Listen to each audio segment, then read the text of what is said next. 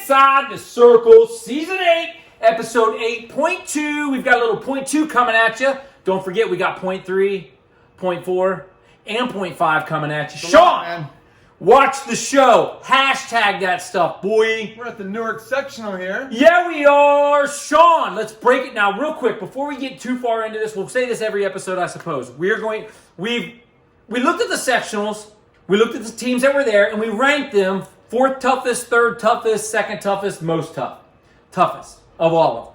Okay? And we're going to go through what we believe to be in order, 4th, 3rd, 2nd, 1st. Okay. Okay? Makes sense? Okay. And we've decided we're going to start at the Newark sectional.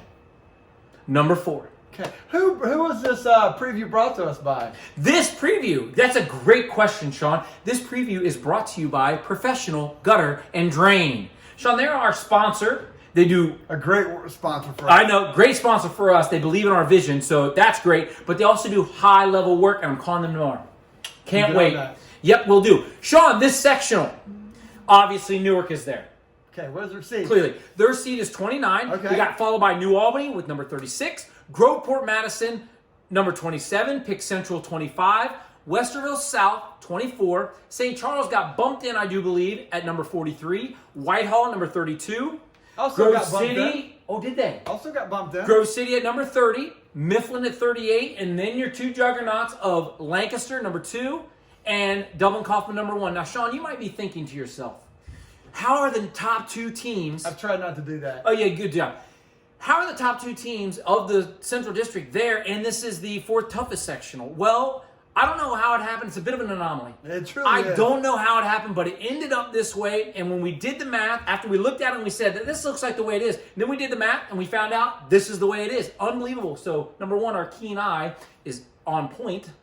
We obviously know what we're talking about. Watch the show. That's number 1. Number 2, Sean, I want to know some top matchups, maybe just some top weight classes, top teams. Obviously, we know those teams because of the rankings, but I want you to break this sectional down to us. Yeah, when we looked at this first off the top view here, and me and Mark looked and we're like, man, this sectional seems like the easiest, but you would not think that again as the having the top 2 teams in the area compete there. So when we did the math, the average seed for this sectional is 26.1, which is, I mean, we thought it looked bad, but we didn't think it would be 26.1. No. It does only have it only has 11 teams compared to 12 of the other ones, so I can see where we think that should get the weight that. But you know, there are some weight classes to look at here. 160, we could have that Red Hot Broski against Morton there in the finals. 220, we have Nelson and Ucker. 132 could be a preview of Darby with Ayub and Reed.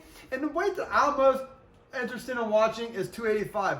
Once you get past Woolard of Grove City, there's probably 6 kids that are circling around for the last 3 spots, which I think will be a very entertaining. I mean, heavyweight is always entertaining because there's so many things that can go wrong there. Is this the same Sean Penn that I know? So many things can go wrong there, but I think that's one way that I'll be looking out for it. For people, I've been to the Newark sectional every year except the first year, and people going out there for the first time is going to be welcomed with a very well-run sectional, great way all the way around. And I just love the way they do it there. Plus, we get to hang out with coaches like Allen, Justice, CVG times 2, Ryan Mitchell. I mean, the whole gang's out there. Oh, so, Coach P's out there. That's great. So it's just a great thing. I don't think that anyone at this sectional is disappointed to be here. I don't think anyone looking at the sectional is thinking they don't have a chance for their kid to get out, which sometimes like, man, I don't know how my 45 is going to get out of 38. Here, I think every kid in every weight class has an opportunity to advance to Derby, and I think that is, as me and Mark talked about, when these teams start to strategically try to get to these certain sectionals,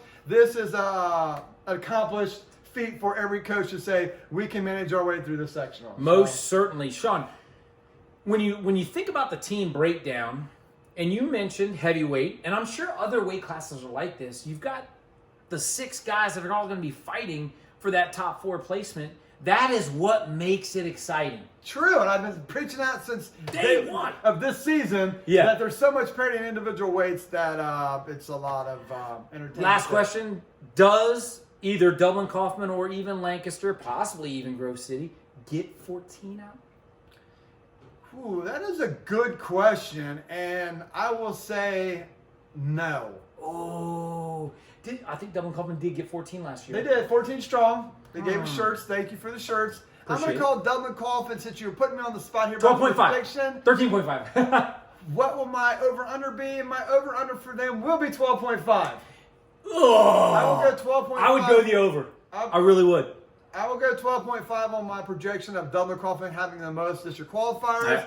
And as my finish here, I'm going to bet a $10,000 straight cold exacta Dublin Coffin over Lancaster with Grove City finishing out the trifecta. Sean, that is fantastic. And now you are inside the circle.